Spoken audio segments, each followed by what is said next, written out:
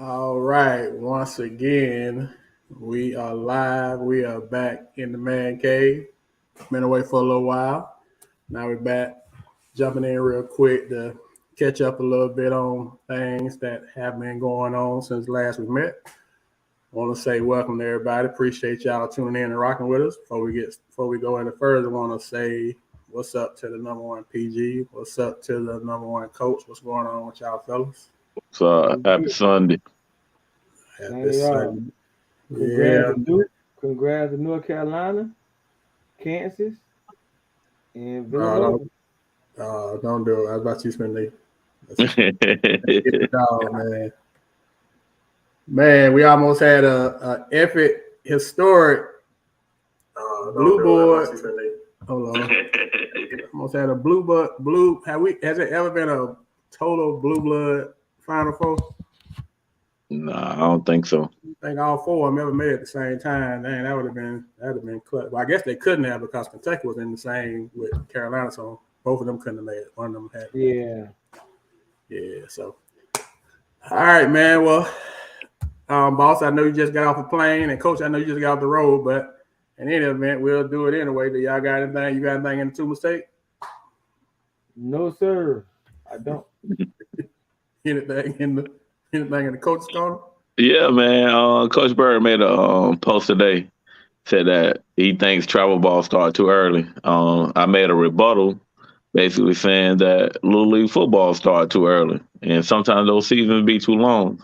You know, Little League football started in July and end in December. Like they season is longer than the NFL. So what's y'all take on that? Like travel ball started too early. You know, is it too much on those kids' body? Do they wear themselves out? I definitely think that. I agree with both of those. I think the travel ball started too early, and I also think that Little League football started too early.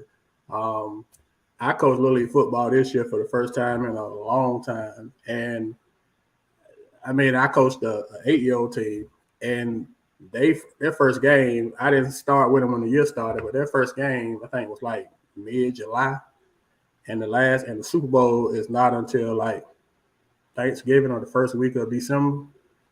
I just think for Little League kids, for 7, 8-year-old, 9-year-old kids, I think that's too much. And then you look at basketball. I mean, we full blown travel ball, and the state just ended last week. And in some cases, I think that Source Hoops people, they had something going the same Saturday as the state championship, right? So they always do that every year. The weekend of the state championship, Saturday and Sunday. So the kids from Winter Haven, even though they played that Thursday or Friday, even some of the kids was in the state championship. They was in the gym that Sunday at the Hoop Exchange. And some people say they young, they bodies, they can play forever, it's whatever.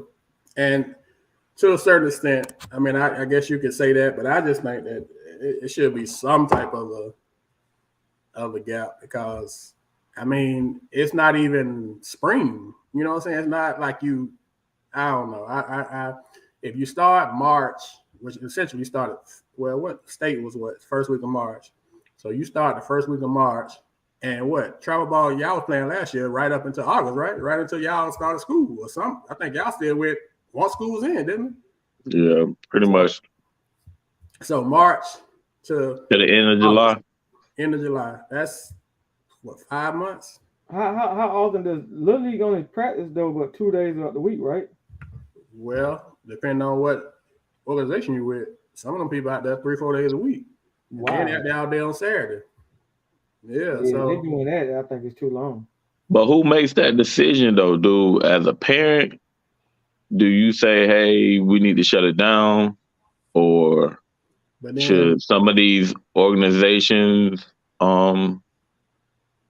they panel should shut it down? Like, should they reevaluate? Who needs to make this decision?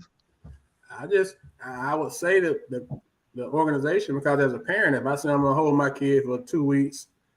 By the time I come back, you as a coach, like, okay, he gone for 2 weeks. I done turned the page and moved on. So it's like, at what extent is it gonna cost your kid if you giving them 2 weeks off and y'all done went to 2 tournaments? You went over to Daytona. I know a lot of people, I think T-Mac was in Daytona weekend. Were y'all in Daytona weekend, Coach? Where y'all No, we was at a big house. Big house, Tavares. And so you play Tavares one week, you play Orlando the next week, and okay, I'm gonna bring my kid back after that, and we 2 tournaments down. So now you got a rotation going, and I just think it's almost like if the team is lining up, you can't afford not to play. I mean, I see Blight say that baseball and softball is year round, and baseball and softball is pretty much year round, but I kind of think that's a little different because of the wear and tear on your body is not the same in baseball and softball as football and basketball. Definitely not football.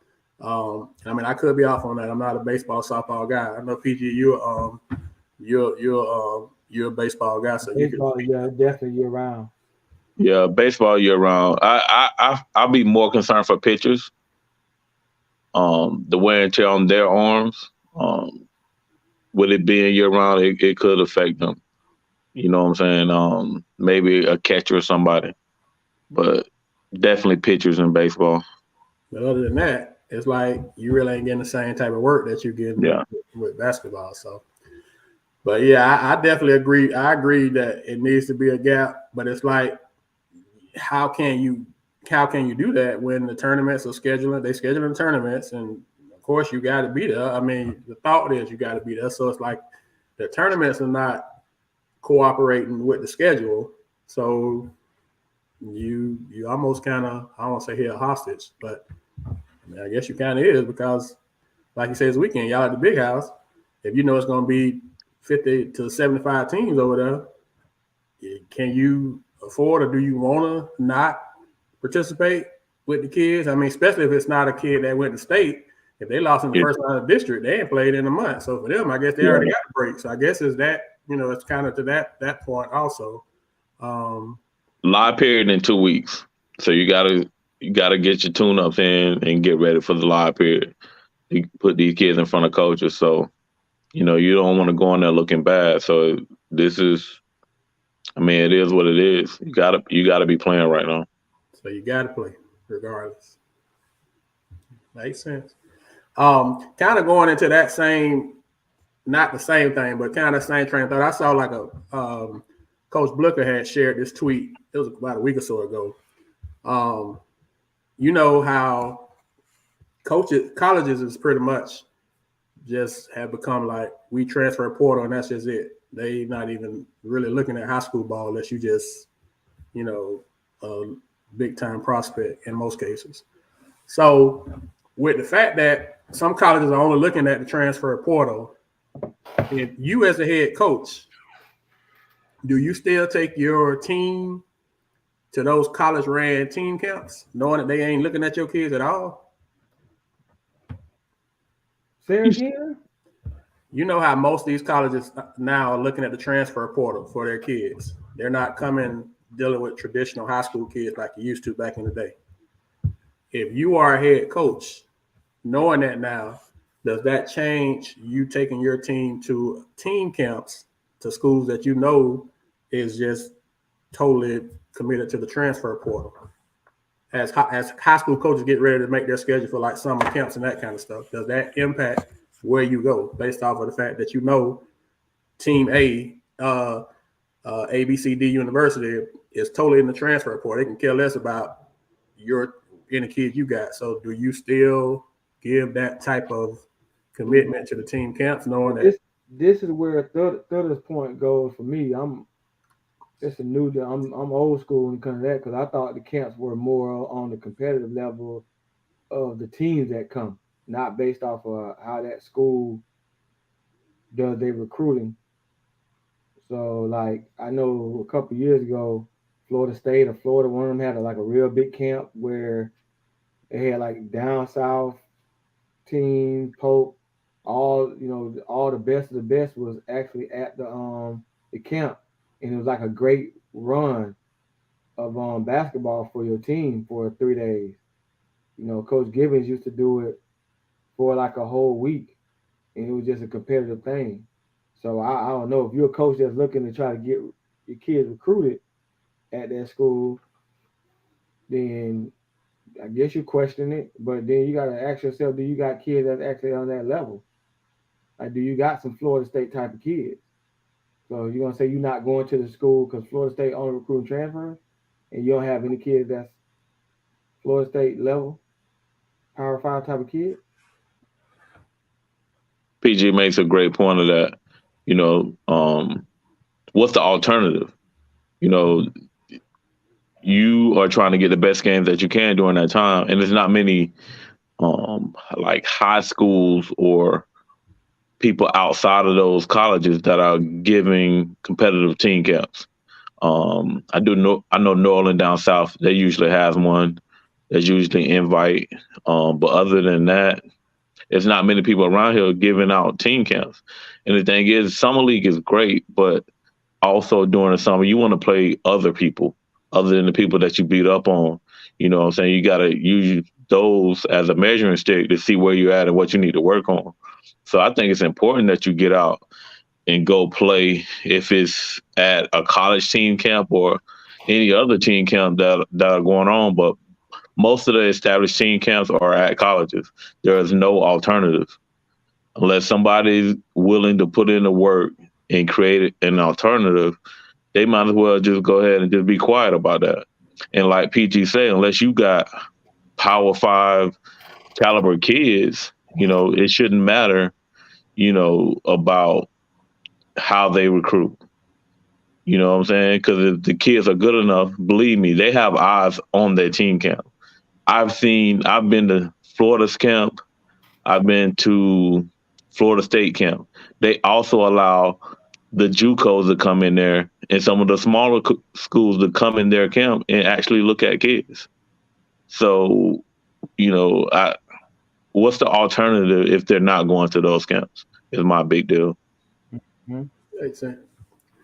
I just saw it. I thought it was interesting, so figured out what I would I see what Capers put. So does that mean don't go? What's y'all response to what Capers just put for our transition? I mean, I think you still should go, especially if they live stream and stuff. You'll be amazed on how many college coaches, you know, are on Baller TV and they sit right there in the comfort of their home or their office watching kids all day play basketball. Coach Hayes always used to say, you never know who's watching in this digital age. You don't know who's tuning in to your games. So you really got to be careful out there. So how early, to Coach London point, how early, y'all both are travel ball, shoe circuit type guys. How early do you get going? Sixth grade, Fifth? sixth Sixth grade, at grade. least. Sixth grade, middle school. Okay. Yeah, I think middle school you got to be because that's when they start. Those kids start getting seen and put in great positions. So I say sixth grade. I wouldn't play anything less than top level. I wouldn't play in the I don't know if you trip. Some of them used to be not as good. What's it called? YBOA. YBOA, I would, I, USSSA. would, I wouldn't play in that. I don't know how it is now, but I'm gonna go back from when I was like coaching around that. Like I wouldn't play in the YBOA or U trip. But they actually have competitive circuit leagues for even elementary, like third grade and on up. I forget what it's called, like the MBL or MBDL or something like that. So there are circuits for high caliber, even elementary school grade teams. But do you have the resources in order to get to those tournaments? I think if you got Mike, I think if you got a good team, a very competitive team, and you're playing in the lesser leagues, they call it, I would play up. I would not focus on wins. I would focus on like just being able to play up and compete.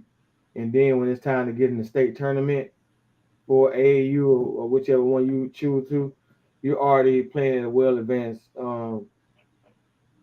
level. But I don't see any point of playing in a smaller league and playing, like I said, if you got a fifth grade team and you playing in the tournament, I'll play up. I'll play sixth grade if my kids are very, very good. Some coaches nowadays, I see that a lot of coaches look for wins in AAU to say they went 25-2 for the summer. And I mean, what does that really? The records even matter in the travel ball circuit? I think it's all about parents. I think it's for bragging points on parents to say their kids on a winning team.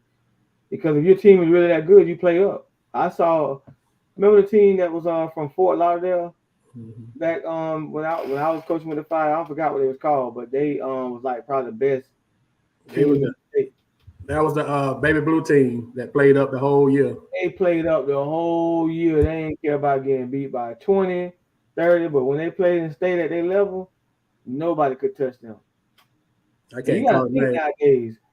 Like kids, if you're an 8th grader and you play varsity at one of those prep schools like a McKeel or something like, say you play varsity, what does it feel like to go back and play 8th grade AAU when you should be playing on a 9th grade team? I mean, you got a point. You know what I'm saying? So that would be weird. Like you just played varsity basketball as an 8th grader, and then you going down and playing 8th grade AAU ball. you remember? I don't know if y'all remember at the beginning of the year, the summertime, we made a point and we kind of got beat up about it. I don't know if we got beat up about it, but we kind of got folks had some issues, I guess, with it. When we said something, we spoke on it about LJ. LJ played up with summer ball with Victory the whole summer league, and when folks figured out who he could play, and then that one weekend he went over there to Lakeland Christian and played in the JV. Y'all remember that, the JV thing, and we got on all three of us like, hold on now. And then folks tried to like validate it. Well, he in 8th grade and he going with his guys. I don't care. He might be in 9th grade, but he ain't in 9th grade talent wise. So we sitting here like on the same level. Like, look, we trying to. If he on that level, he need to stay on that level and he ain't got no business out there. And we kind of got beat up about that. But I mean, you know. But now he's nominated for a Player of the Year. Now look at him. So folks like, oh, okay, now we see what y'all was talking about, bro. We was saying that way back in the summer, man. You ain't got no business even out there with them guys. And ain't nothing against them guys you was with, but it's a separation. It's a clear. Exactly. It's just like the 24 team I had last year. And we played, there was a 9th grade team. We played them as a 10th grade team.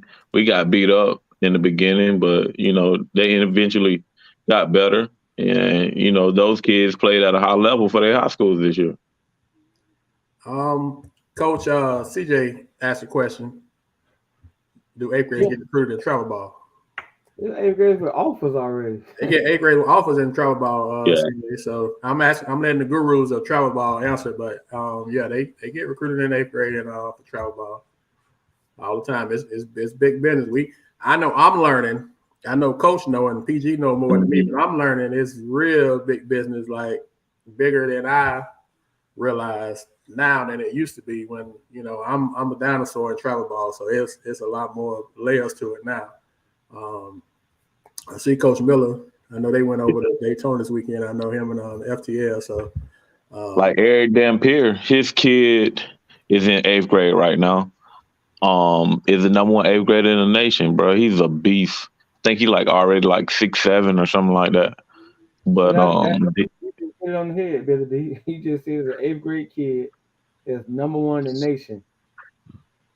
And for Mike's point on the question, this is why you play travel ball. We've never had our younger kids in that 5th through 8th grade actually get that national ranking because they don't compete on that national level. So they should. Like I always told Jimmy Missouri, like that team Jimmy had that's been really good with the fight. I don't understand why he would even play a game at his level other than state. With that group of kids that you've had don't play together for 4 years, they should not play one tournament. I don't care if it's 2 fire teams. They should not play one tournament I remember when I was coaching with the Fire, they never wanted to have two teams playing against each other in championship games, something like that. But to me, I'm like, it's crazy not to move them up and just get the skill development and playing against guys that can keep them humble on how much harder they need to go. Mm-hmm. Then them guys down south, them Boozer twins, then they play up all the while, and then you see how it showed up, and what is freshman led team that won state. Knock Yeah. off, knock off. You just don't get it, bro. Them kids that are good at that age, they're not playing at their age level. They Yeah. move to, I'm pretty sure they'll probably play 16s or 17s on the circuit this year. that was a great move, Mike.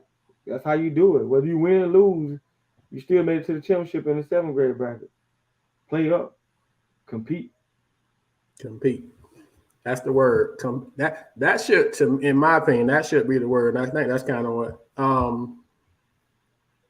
it should be about competing. I know. I went the football route with travel ball because my boy played football, but that used to be the thing with us. We going to these camps, and it's about competition. It's about competing. It's about reps. You ain't gonna win every rep, but you're gonna go out there and compete. We're gonna go find talent. We're gonna go up. You're gonna play up. You're gonna compete up because, like you're saying, how you gonna get better when you step on a high school campus? They don't separate the 9th graders, the 10th graders, 11th graders, 12th.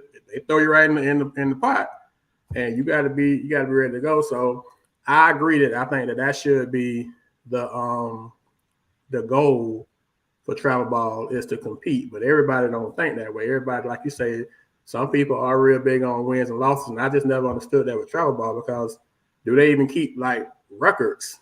Like it's not like max preps where you got strength of schedule and you're gonna get seeded a certain way. People don't look at that stuff when they making them brackets, and that coach, you done made brackets, and I know way back in the day I used to make brackets. We weren't looking at this team, each one All the team time.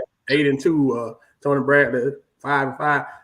You don't look at that kind of stuff because everybody ain't playing the same amount of games. So I may be 3-1, you may be 14-2, and I'm still 10 times better than you. So the only time that matters, you talking about the shoe circuit teams.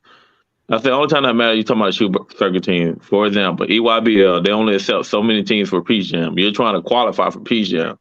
So then your record comes into play. If you're not playing for that, nobody cares what your record is at all. The parents, you know what I'm saying? The parents do, so they can post on Facebook. I just got an interesting question for both of y'all from a coach, a county coach. Oh, there we go with that sneak texting. With all the travel ball, when do kids get in the gym and work on their skill? And the next part is we have a skill problem in Polk County. What is y'all take on that?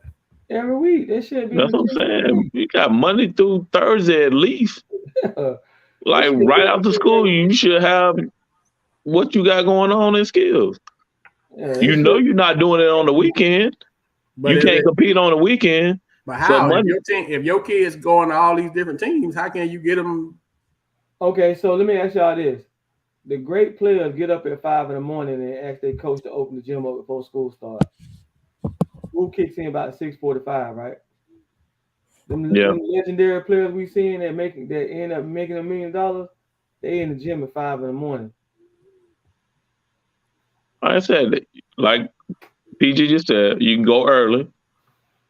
So a lot of people have a basketball class. So what are you doing during class? And then if not, you can go right after school. You're not competing with travel ball right after school.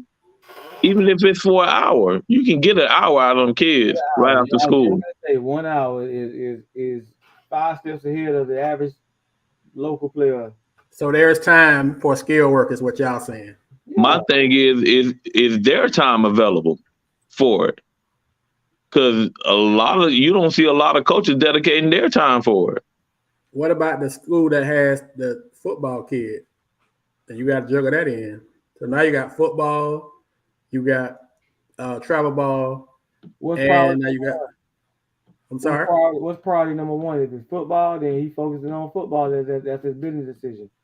Kid got to make that once he hit that level of what he wants to do in the next level.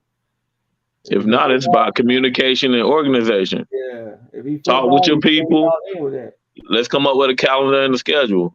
You can get them on certain days. I can get them on certain days. Or what time are they done? Something. But a lot of people don't even try. They don't even try to communicate with their football coach or the travel ball coach. That becomes tough though. If the kid is a football kid and I'm the basketball coach, that's tough. I understand it's business, but it's still tough because he's not getting skill work, so he's not getting better to help me and help us. And he's not in the. I'm never seeing him if he going from football and weights and conditioning to basketball, travel ball. That becomes a tough because he's still a kid and he ain't. I mean, his body, you only get one body, True. so that becomes a challenge also. As long as he's doing something, that was my concept. If you're not sitting on your behind, like if you're a football kid, you working on agility, speed drills, all of that can come back and help me in basketball. At least he's doing something to help develop, other type of skills that he can use in basketball. It might not be, dribbling or shooting or something like that, but it's still skills that he can bring back that we can use. If travel ball is the question, bro, that we talking about, let's just face the facts. Excuses are tools of the incompetent will build monuments and nothing. And those who use them seldom become successful. So keep making them excuses. Oh man. Wow, Tuma, you gonna put them online too? Oh man. So on that one, I guess we segue in. So Travel ball can't get me in the gym to shoot and get better. Shaheen Holloway, man. Shaheen Holloway Who was that? made the St. Peter's coach. He was getting interviewed and they was asking him about, when he knew he was gonna be a coach and all this kind of stuff. He kind of said he always kind of knew he was gonna be a coach. But he made a comment that I thought was interesting. He said he knew he was going to be a coach when he was like in college. And his take is that the best coaches either play point guard or QBs because they essentially been coaches already. So he's like, in his opinion, point guards are make the best coaches in basketball. Quarterbacks make the best coaches in football. What is you all think on that? That's what he said. He said I saw that in an interview this morning. Yeah, that's why we drugged that by Doug today because he made them type of statement. Well, that ain't true. I'm a point guard. And I don't agree with that. I ain't finna be biased. So his whole coach's resume go out the door because y'all drug him today. Or y'all turned the water off. No, his whole thing about point guards. No, point guard. That he's saying point guards are the best coaches. Like, well, he's saying from a standpoint that they like coaches on the floor. So you already have been coaching because the coaches put that into you on the floor. So it's kind of like you got a little more. Like, I'm just telling you what his. I can see what he's saying, but that's not always the case. Yeah, that's not always the case. Best coach in the NBA ever wasn't a point guard. Yeah, man. Jersey to the left. Well, I mean, it was jersey to the left, shorts to the right. I mean, y'all turned the water off early, so I mean, but you can't just. McGriff ain't play point, and he got what 3 or 4 of them championships. I mean, I just don't. Is McGriff an aberration though? I mean, because Dean Smith played point, Coach K played point. Coach K played point. I don't know about Dean Smith. Phil Jackson played point. No, Phil Jackson didn't play the point. That was exactly that's who I was talking about. The greatest NBA coach ever didn't play the point. I mean, it sounds good. I mean, it's a good way to make it, it sound good for the media, but that ain't. Come on, bro. That's taken away from people that are great coaches because they study the game a lot better. Exactly. Because there's some trash point guards out there that can't coach a lick, boy. There's been some great point guards that can't coach a lick. You see Steve Nash right now. Yeah. He horrible. He is trash. Oh man, trash.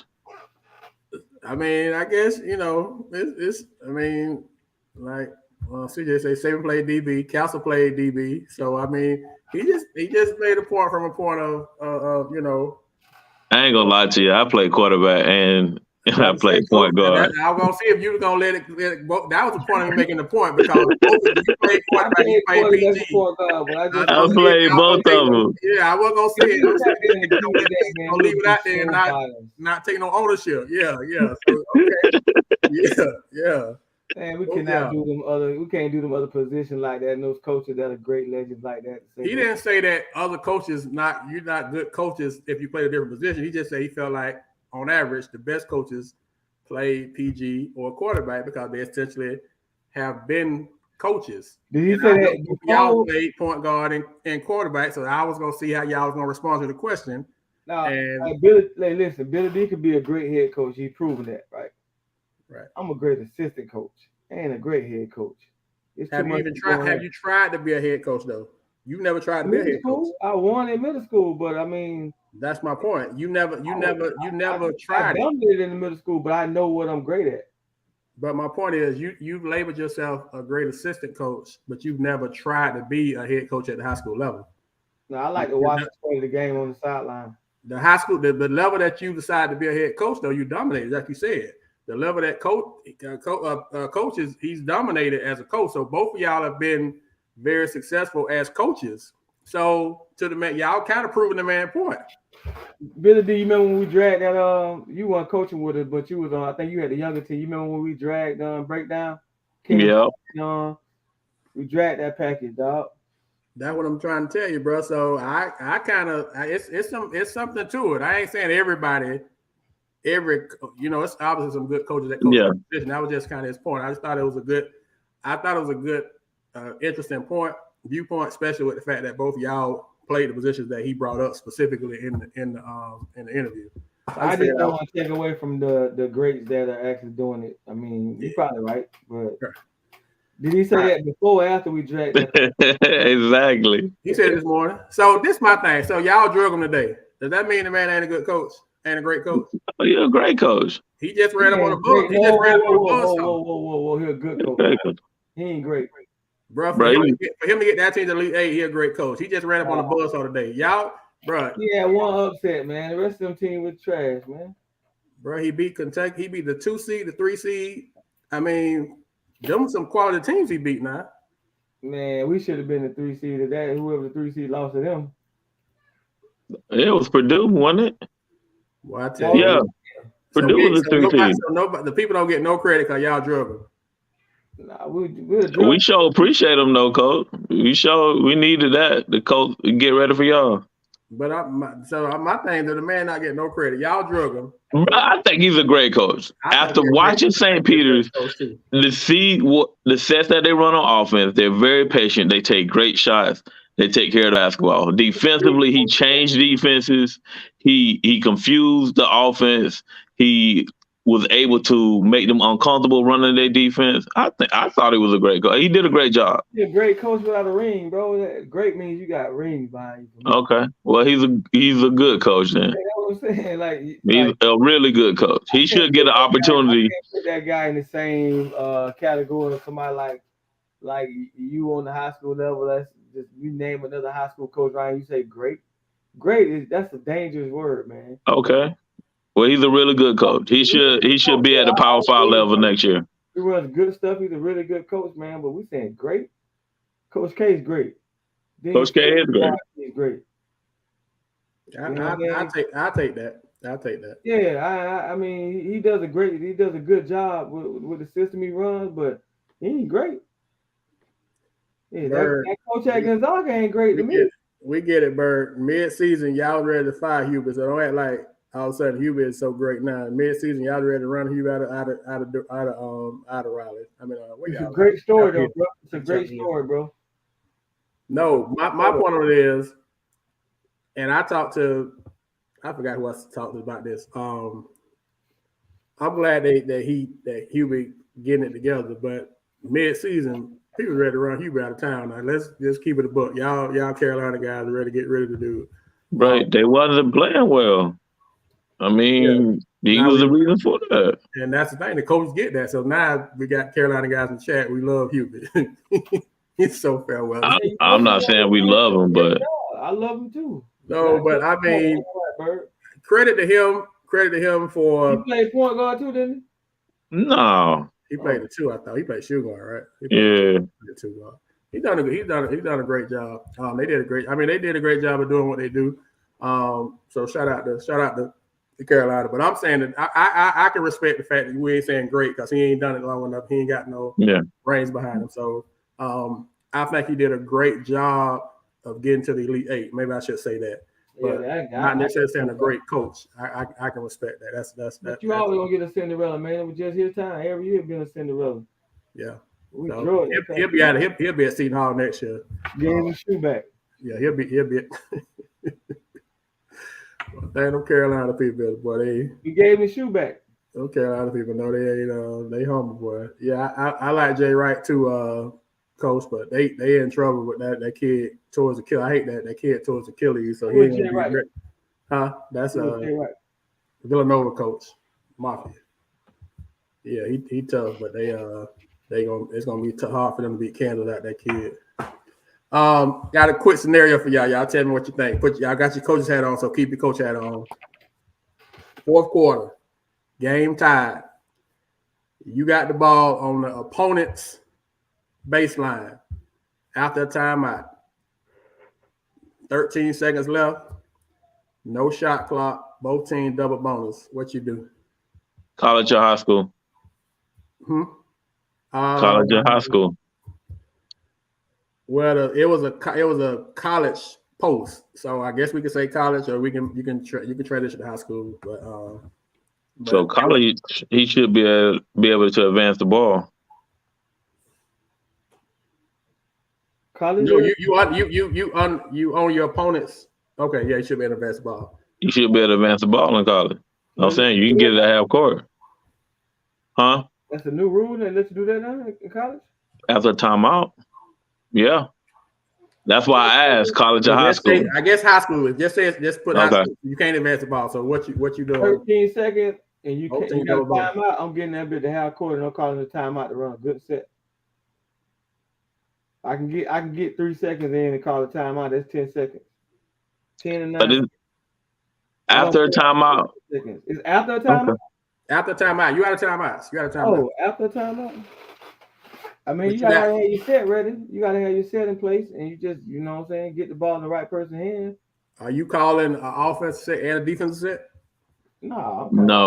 Because if you score, you still gotta go play defense. You figure 13 seconds, you're gonna use. It's gonna be time left, but you milking the clock all the way. Is what you're saying? It's a tie score. You said it's tie score. Yeah, we gonna go to the last shot. No. You know what I'm saying? It's not gonna be any more shots after we take it. Yeah. If it does be another shot, it's because we trying to tip it in. Yeah. Other than that, we're going to overtime if we miss it. We definitely ain't going back on the other end. No, not at all. And you better not shoot it early either.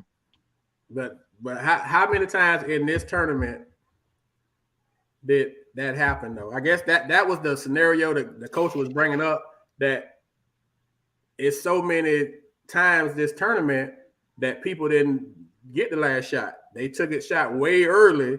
And so I guess his thing was, in the huddle, do you call offense and defense just in case what you leave out the huddle tell them to do doesn't happen on the court? That was kind of the coach's kind of take on it. Yeah, I think you should talk about it. You know what I'm saying? You need to go over every scenario that you could. You know, if we score, we're doing this. If we don't score, we got to make sure that we do this and not foul and whatever. It's got to be mentioned in the huddle. Right. Because we can say take the last shot, but then they still kids. And that's kind of what the guy was saying. How many scenarios where those coaches were saying, we're going to take the last shot, and the kid left the huddle and went out there and didn't take the last shot. And you could see they scrambling on defense. You could tell they didn't talk about what we were going to do if we didn't get the last shot. And I guess that was kind of the coach's take on it. So that's what I was asking y'all, how would y'all handle that? Just see if it matched up with what the guy, his take on it. Mm-hmm. Because you know what we say and what happens don't always line up. Because once again, we're dealing with kids, you know. So, all right, man. So we're gonna get into these rankings, and then we'll post them tomorrow. But before we do that, I want to say shout out to, they had the FACA All-Star game at Lakeland last weekend. and we had 4 kids in Polk County that made that was able to participate in the game. So congrats to those kids. That was Trey Lane from Santa Fe, Trey Osborne from Discovery, AJ Shaw from Catalina, and Jaden Wynn from Bartow. So I want to say shout out to those guys for being able to participate in that event at Lakeland High School. It was boys and girls. So, Coach, was you? No, Coach. It had nothing to do with that. I was actually eating. Okay, all right. I didn't know you were doing a No, I wasn't doing the tumor. silent protest, silent core tumor protest. All right, man. So we're gonna do these. I know both of y'all gonna jump out of here in a minute. So we're gonna do the teams first. So we go 25-1. Go ahead, bro. I'll be back.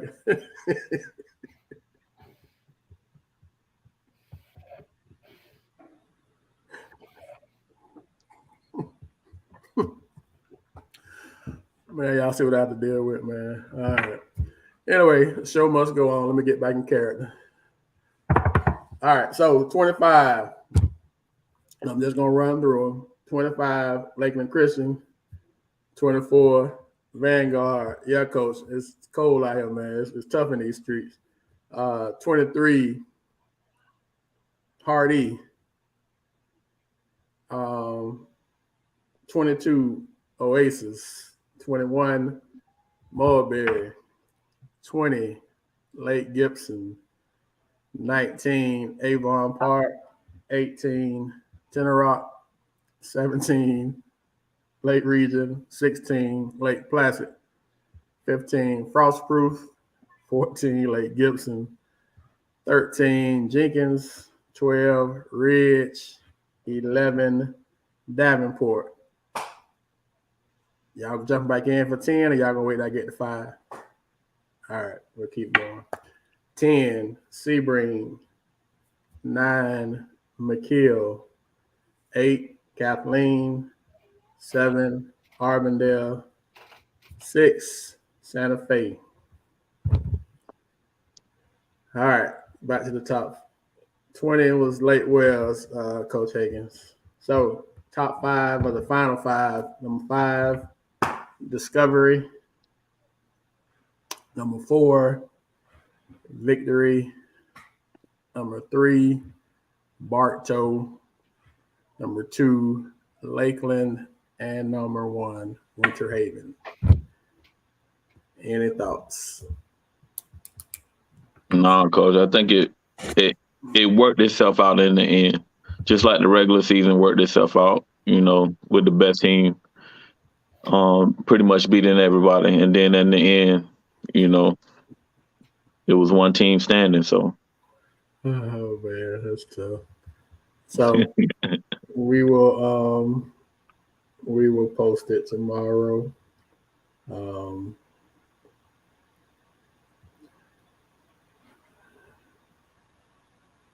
Yeah, Lake Placid and Avon Park have been added to the coverage area, Coach. So yeah. And Kathleen, yeah, I know Coach Thomas, I know you weren't gonna be happy with that final ranking, but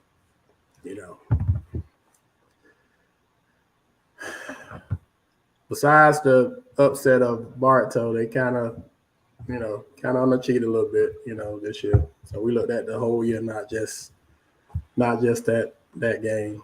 So all right. So top 20 players, final rankings. We go 20 on back. I don't know if you're gonna leave me again now, Coach, but that's fine if you do. 20, Cam Brown from McKeel. 19, and I may say his name wrong, Brinley Vanderveer from Davenport. 18, Nehemiah Turner, Arbondale. 17, Kervin Nash, Arbondale. 16, DeRoger Hardy, Lakeland. We keep going, Coach. You with feedback, or we just run through them and then just run through them. Okay. 15, Israel Ricketts, Victory. 14, Marshall O'Hearn, Sebring. 13, Tyler Williams, Lakeland. 12, Sebastian Rosado, Lake Wells. Tyler Williams, Lakeland. Sebastian Rosado, Lake Wells. Jaden Wynn, Bartow, 11. 10, AJ Shaw, Kathleen. 9, Ro Hardy, Lakeland.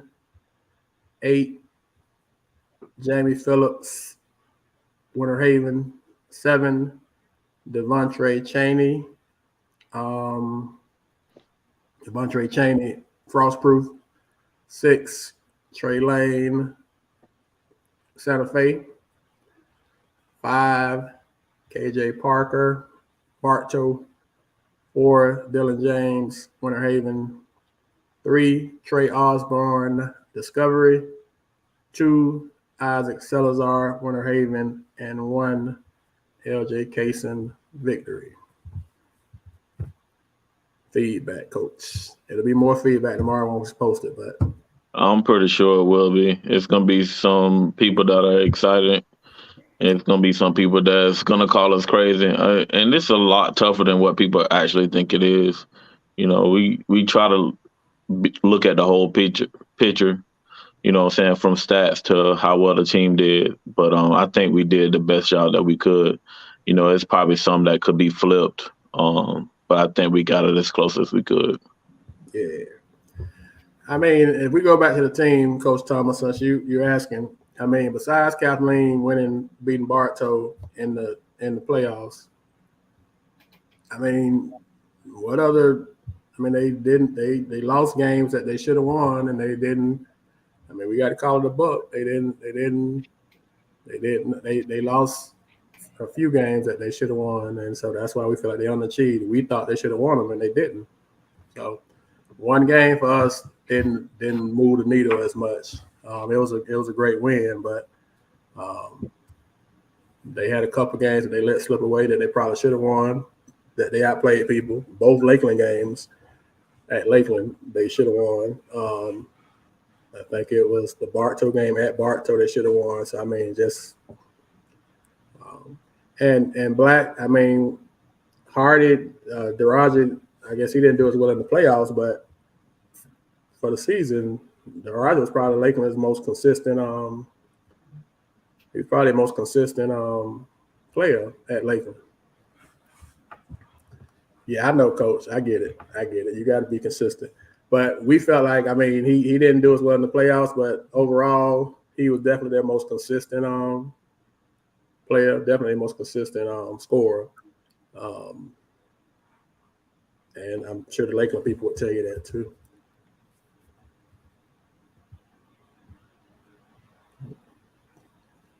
Trey Osborne at 3 is tough to swallow. I don't know if you saw what we saw, Coach. I mean, kid was I don't know. That kid was a problem all year, man. That kid was a major problem. Like, so what is he trying to say? He should have been hired? 4-5 stats. Like, he was probably the only kid in the county that was in the top 5 for four to 6 stats that they keep. He was in the top. So I mean, he was like across the board. Like, I don't know, Coach. What you saying? He should have been lower. One was LJ Polite from Victory.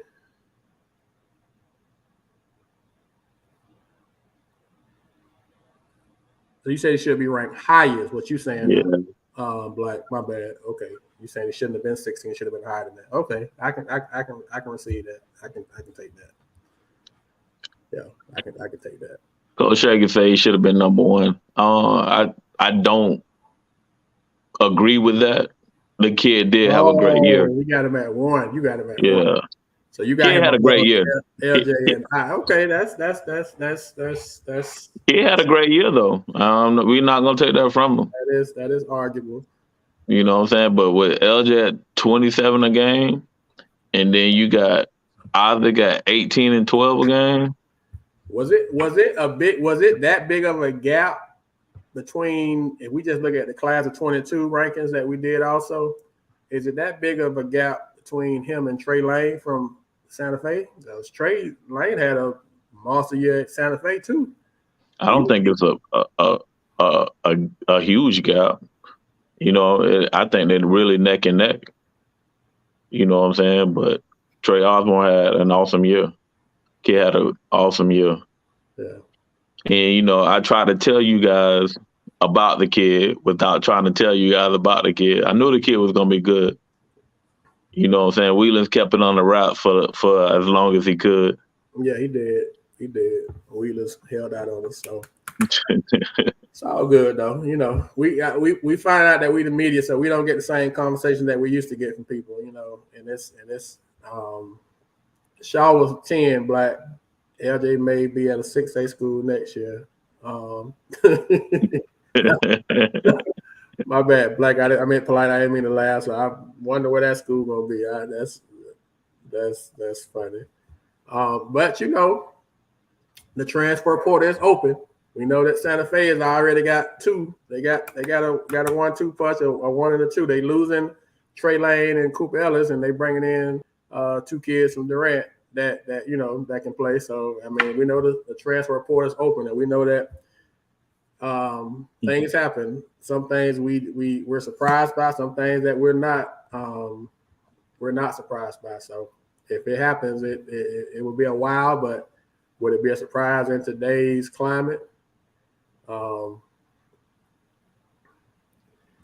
don't know. LJ got to go. LJ is a vault. Well, this is just me talking now. So I'm not speaking for any coach or any parent or anybody. In my opinion, LJ is a volume guy. So he's gonna have to be somewhere where he can get volume. The way Victory plays, he gets volume. I'm not sure he gets the same volume at Santa Fe with Harvey, with the 2 kids coming in from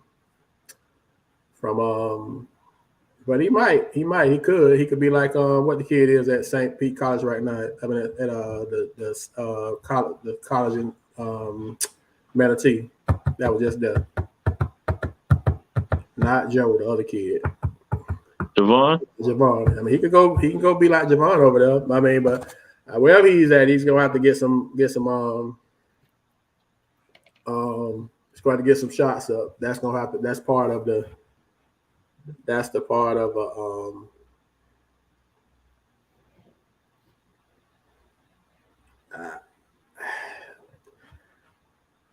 do I see him staying at Victory for 4 years with his talent level? That's debatable, polite. I mean, we've talked about that off the air. I mean, clearly he's a talent. So people, and he's about to get on the circuit. So the people that don't know about him, about to know about him. So he's definitely gonna get some. He's gonna have some interest. And it sounds like you saying he already got interest. So would it surprise me if he ended up nothing surprises me anymore about kids and where they start and where they end up at. So would it be a surprise if we talked about that before. Is there even any loyalty to finish what you start like it used to be? It used to be loyalty, it used to be pride. Man, I go to this school, I'm finishing this school. We this is where I'm at, I'm gonna graduate. That's out the window. That kids don't care about loyalty. Kids don't care where I start at. Some kids will go play at 4 schools, 4 different years. They can care less. So it definitely could happen, and it would not be a surprise at all if he was. It would be unfortunate because Coach Polite is not polite. Coach Fitzgerald done such a good job of giving him the keys. But would it surprise me? No, I think it would be unfortunate, but it definitely would not be a surprise. Coach, you see it different than that? I mean, it's just. No, it wouldn't be a surprise. My thing is, I see him at Victory next year, but I wouldn't be surprised if he, look at his options for his senior year. That's a good point. CJ made, and how you feel about that being a coach? He said the coaches lead just as much as the players. Are you subscribe to that? So it's no loyalty from the coaches either. Especially from a college standpoint, I would agree with that. But You not know what I'm saying? Nah, not high school. I mean, I can see that, CJ, to a point. There's just loyalty, and I don't know if it's the transfer portal. I don't know if it's the day and age that we live in. But it's just you don't see kids that start where they finish as much anymore. Now they do it a lot more in football than they do in basketball. I mean, just look at football. Look at some of these high level kids that have already went to different schools, like the kid from Arbondale, the real good Tank kid, and he's a basketball kid too. He went to Lakeland. The Fowler kid, good running back at Warner Haven, so went to Lake Gibson. The Taylor kid from Victor has went to Lake Gibson. I mean, last year Tyler and Rowe went from Warner Haven to Lakeland. I mean, it's kids don't they ain't it's not as big a deal as it used to be. And so I guess the coaches on the same thing. If a coach get a better boat, a better job, or a better car pull up, they out of there. So I guess it goes both ways. But it's just it's tough, and it's unfortunate that you finish the season. All right, we lost in the district semis on Tuesday. On Wednesday, I got to be recruiting my kid because by Saturday he go to Hoop Exchange, and on Monday I get a call from the guy's office that they requesting his Q folder at XYZ High School. And Coach, you in the high school, so you know I ain't making this up. No, not at all. It's just like, but you have to do that, Coach. You didn't have to do that, man. I knew if I got you as a freshman, I had you as a senior through a senior. Okay, we didn't win no games. I had you. And now that's just not the case. I may not have you after Christmas break. I may have you December 17th and January 4th, you go. And the way stuff is set up now, you immediately eligible. So how do you deal with that? How do you deal with that? I mean, Coach Jones making a good point. Besides Coach E at Arbondale and McGriff at Bartow, well, I think Coach Woodside, how many double-digit coaches do we have in basketball? When I say double-digit, have been at the school for double-digit years. Besides Jenkins double-digit. So yeah. Woodside, Coach E, and McGriff. After that, how many do we have double-digit coaches in the county for basketball? Not Pearsall at Tenor Rock. Okay. So we can count on one hand. Yes, definitely. Taylor who? What Taylor, Coach Williams? Not he ain't been at Lakeland double-digit years he's been in the program, but he's not been the head coach. But I get your point. He's been in the program, so I guess Coach Taylor count too. Princeton been there forever. Every year Princeton is. Yeah, retired. Princeton has. Every year Princeton gives his retirement tour. So I guess Coach Hen count. I mean, because he's been in the program. But I guess my point is, it's more that have not been than have been. Am I off on that? So it's just like, so it's not as much, and it's even less if we go to football, which we don't focus on football. We go to football, it's even less, So it's tough that we having that conversation. I mean, you would think if I'm Fitzgerald, I'd be like, man, I got LJ coming back, I got Andino coming back, I got the McClendon kid coming back who, picking up the football offer. So shout out to Marlon McClendon. Now I lost my son, I lost Ricketts, but I got a good core. And they both, and then you got the Josiah Scott kid who a freshman. So I got 2 really good sophomores and a good freshman. So you feel like I'm in good shape, but I may come back from spring break and they might be at this 6A school for like talking about. I don't know. I don't know. So it's just like, how do you even? And it ain't like the kid gonna say, "Hey, coach, I'm leaving. Hey, coach, these people trying to get at me. Hey, coach, these people." I was in the big house this weekend. I had 3-4 coaches walk up on me asking me about coming to their school. It ain't like the kid finna come have that conversation with you. The parents sure ain't finna have that conversation with you. So you don't even know. It's not even a way for you to prepare for it. You just know, like I say, when they request the files, when they request the Kim file from the old school. At that point, they out of there. Yep. So at that point, it's too late.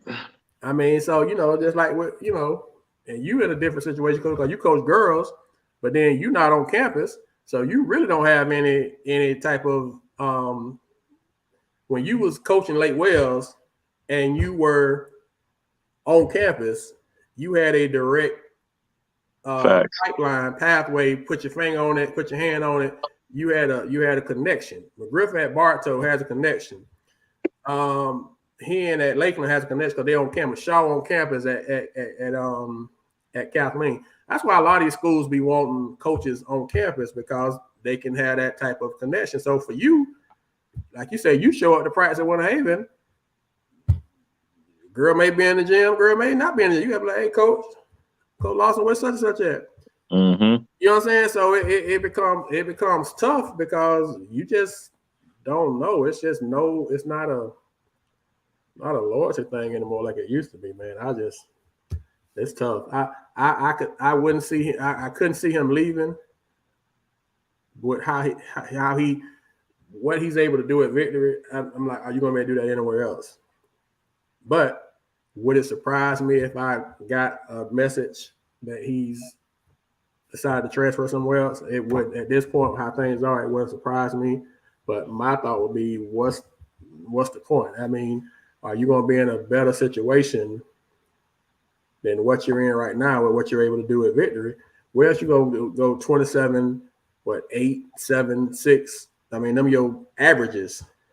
I don't know if you're going to get that type of volume anywhere else. Maybe you will. I don't know. I don't know. That's just crazy, but it wouldn't surprise me. It wouldn't surprise me. So, all right, Coach. Well, we'll post those tomorrow, and we'll really get conversation. We're gonna let the voting go probably another couple of days for the end of the year awards, and then we'll make a decision. We put out there that it's 25% the vote. A lot of people don't vote, and they complain about, But anyway, 25% from the people that's voting, 25% from the coach, 25% from the PG, and 25% from Polk Hoops, and then we'll announce them, and then that'll be an official button on the 2022 season. Very successful season. We didn't get a state champion. We did get there, but we didn't get a champion. But we did get. I thought we had a successful year, although we didn't. I think we underachieved a little bit, but I do still think we still had a successful year. If that makes sense. I don't know if you can be successful and underachieve at the same time. They're kind of opposites of each other, but I think we can. I'm excited about this summer. We got a lot of teams that have signed up for the summer league. So yes or no? Do we have the same buzz as last year? Yes or no, Coach? The same what? That same buzz that we had in summer league last year. Do we have that same buzz? Yes or no? I think we will once the teams get announced in the bracket and the teams that's participating in the schedules gets released. Because we got more teams, Coach, than we had last year. We got 20 teams. Got 20 teams. 20 teams signed up for summer league, Coach. 20 teams. We've never had. I think when I was doing it at Jenkins, I don't know if you remember the 1 year, but I was doing games at Jenkins, and they was also was it Bartow or Lake Region? I don't know, but I had 16 teams that y'all had. Montverde was in it. That's the year y'all had Dominique and Block and all them guys. Mm-hmm. We had some monster games that and that was probably the most teams, like number of teams, and the talent level was so freaking high that year. That was great. We had Brandon when went to state that year. They was in it when they had like the twins. So we had them twins that went to Oklahoma State. Mm-hmm. We had a. But I think once the teams get now, it could change based off of this movement that everybody talking about. But for as the sheer number of teams, 20 teams, coach, that's gonna be buzzing every night. So it's gonna be hard to top last year though. It's gonna be hard to top Lakeland, Winter Haven, and Arbondale Rec that night for the playoffs. But depending on where people end up at, we could be in that same boat. So yeah, we'll post those tomorrow, the teams and the players. And I know spring break is over. Does Winter Haven stay intact? Yeah, they stay intact. My thing is, do they gain something in between? They stay intact, coach, and I think I would hope they line up every year with a chip on their shoulder. Like, man, everybody on the clock. That would be my mindset. Like, everybody on the clock. I don't care if summer league, Saturday pickup game over at Bartow or team camp. Everybody on the clock. That would be my mindset. But I think they stay intact. I think they'll pick up at least one kid, coach. And I think one kid. It's friction. I can imagine. Let me say it this way. I can imagine it's friction because of how stuff ended and the expectations and what ended up happening. Coach Jones, there was a summer league for girls hoops last year. Bartow did a summer league last year. Coach Taylor Payne. I don't know if she's gonna do one again this year, but it was one last year. I haven't heard anything. I haven't heard anything about it yet this year. But I can imagine that there's friction, polite, because it didn't finish. It didn't end like they wanted it to. Like they felt like it should have. They felt like they was better than the team, and they didn't finish the deal. So I'm sure it is. But I can't see them guys unless they go somewhere. I can't see them being in a better situation than what they're in once they get past the obvious hurt feelings and the negative of losing.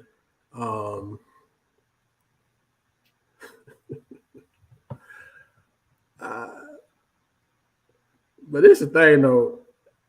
If you watch the final game, the championship game at the Civic Center, when Winter Haven lost to Ponte Verde, they ready to, it was an emergency. But once you saw the people play the other team that won state, you're like, hold on, now these people actually ain't that bad. So I don't know if Ponte Verde was actually that bad.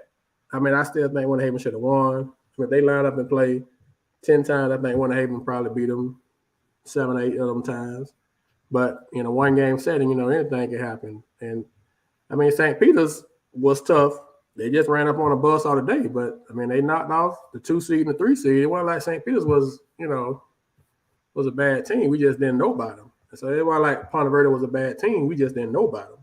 And we had such high expectations for Winter Haven, held them to a high standard, and they didn't finish the deal. But that Ponte Verde team was pretty good. If you got past the obvious metrics and optics, making sure I'm keeping it, PC. If you got past the obvious optics and just looked at how that team played, that team was pretty good. They was very well coached. They played hard. They didn't beat themselves, and Winter Haven still had a chance to beat them. Still should have beat them probably.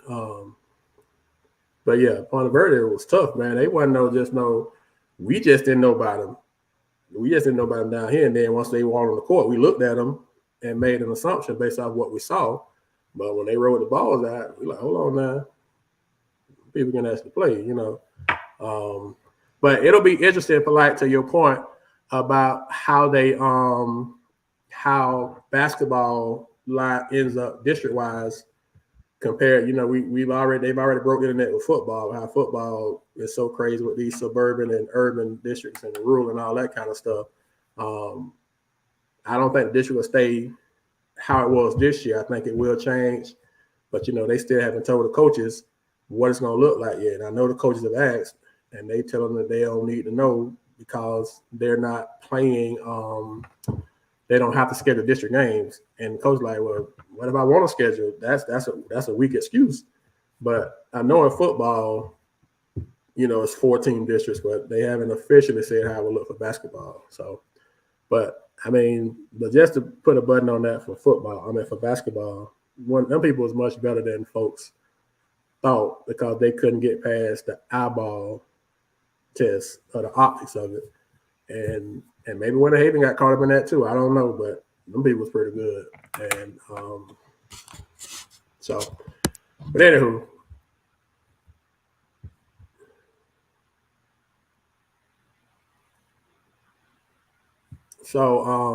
So Coach Higgins, are you saying that basketball has already been decided?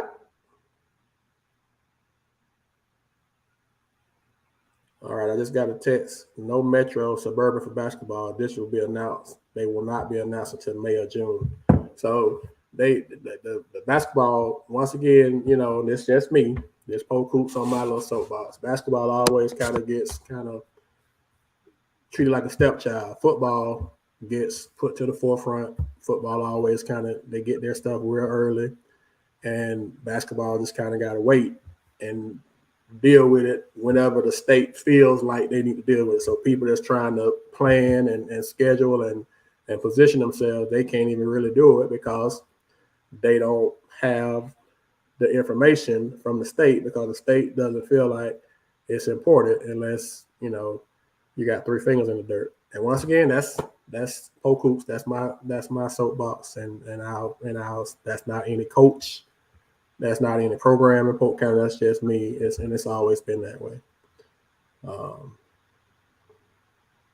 They're fighting the football situation now due to Dade County.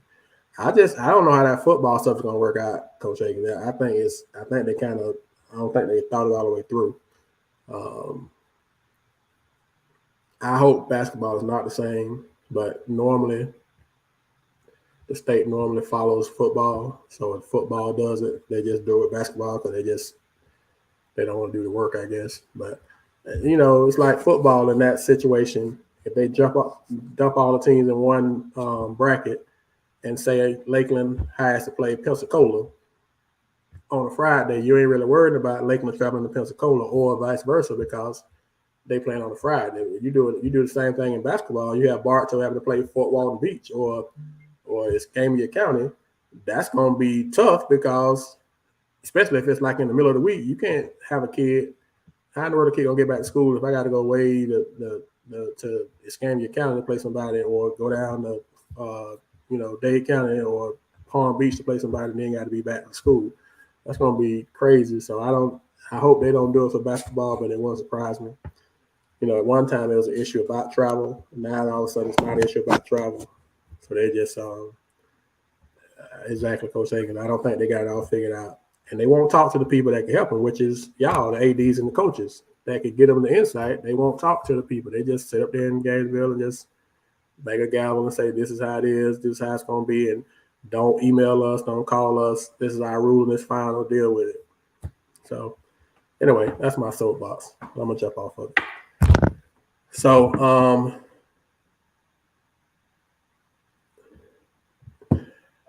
So yeah, that is what we're going with. Since I lost both of my co-hosts, this is how we're ending it, man. We appreciate y'all rocking with us once again. Y'all in Polk County, that's getting everybody in Polk County that's public school Polk County. Let me say it that way. Everybody that's public school Polk County. Spring break is now over, and so you get to go back to school next week. Football is getting ready to crank up in a couple of weeks. So hopefully everybody is gearing up for the final leg of the 440 relay. Coach Higgins stole that from you, 4x1 relay.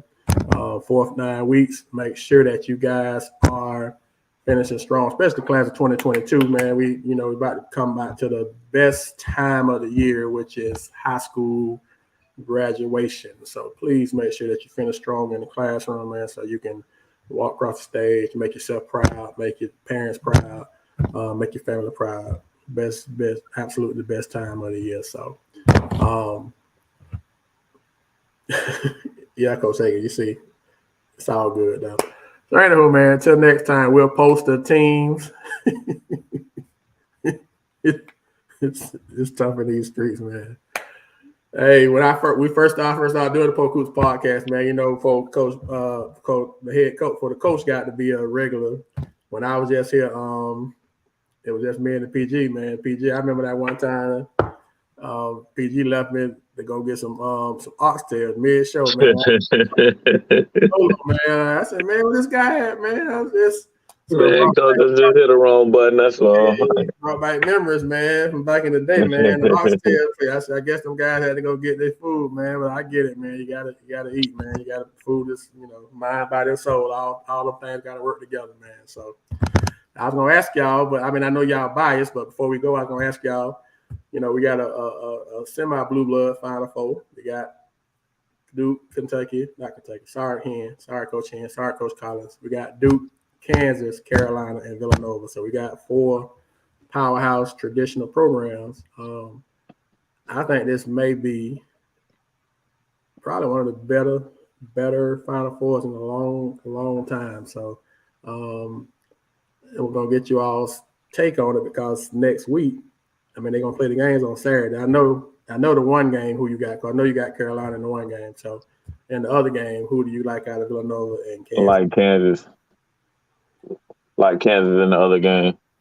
But I know America and the rest of basketball world want Coach K to go out on top. I bet you they do everything they can to help him. Oh, boy. Well, everybody wanted Coach K to win his last game at Cameron, but that didn't happen. So the things that you want don't always work out how you want them to. So obviously I'm biased, so I like Duke. Before today, I liked Villanova. But since that kid got hurt, I don't think that Villanova can beat Kansas without the kid that went down. But if that kid wouldn't have got hurt, I would have took Villanova. Head to head, both teams won at the other team's home. So we beat them in Carolina, and they beat us at Duke. And so this will be the rubber match. Be the last time that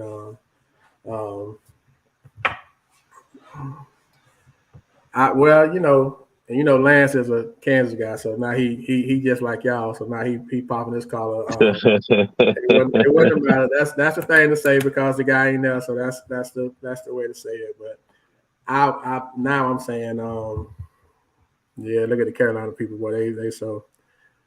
But anyway, we just happy to be here, man. We just happy. Hopefully, we can stay in the game. Carolina don't embarrass us, and we give ourselves a chance to win it. Whatever, coach. Don't do that. Don't play victim. Hey, man, we happy to be in the number, man. One more time before my guy leave. So it's neutral site. We in New Orleans. We in the Big Easy. So big arena. We just happy to be there, man, and we happy. Blessed and highly favored. How Carolina beat the brakes off these people today, man. Like I said, we just happy to be. We hope they don't turn our water off too. So then all right. So you got Carolina and Kansas. So you got Carolina cutting down the nets, of course, right? Of course, man. I can't go against my team. And I got Duke cutting down the nets. Now I got Duke against Kansas. Like I said, if the kid wouldn't have got hurt, I would have took Villanova. Yeah. But I think it's going to be a very well played, very well coached, very competitive Final Four. And for me, that's oh boy. You try to raise them right, coach. You do all you can. You try to give them good examples and try to put them in the best situation. And it be your own people, man, your own family. see CJ in the comments talking about Carolina by Don't 20. worry about it, nephew. I got you. Don't worry. I'll be there.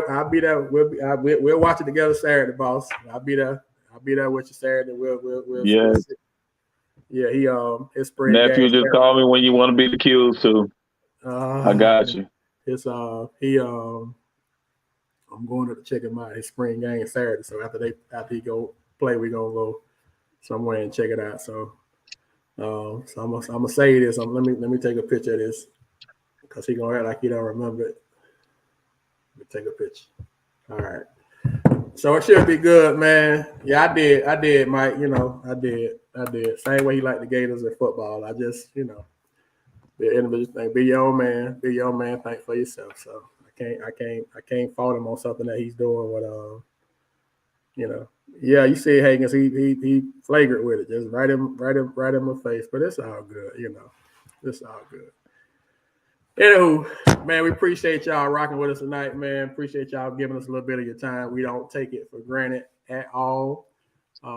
Once again, congrats to those young men that participated in the FACA over the week, man. That was a great honor, man. Congrats to those kids that still getting offers. Y'all get ready to start the fourth quarter when y'all go back to school tomorrow, man. Make sure you finish strong, especially the class of 2022 and 2023. Don't y'all slip and, you know, put yourself in a tough situation as you get ready for your final year. So y'all be safe, man, and till next time, man, we out, man. Polk, we appreciate y'all, man, and thank y'all for rocking with us. Have a great week back at school, everybody. Thank you.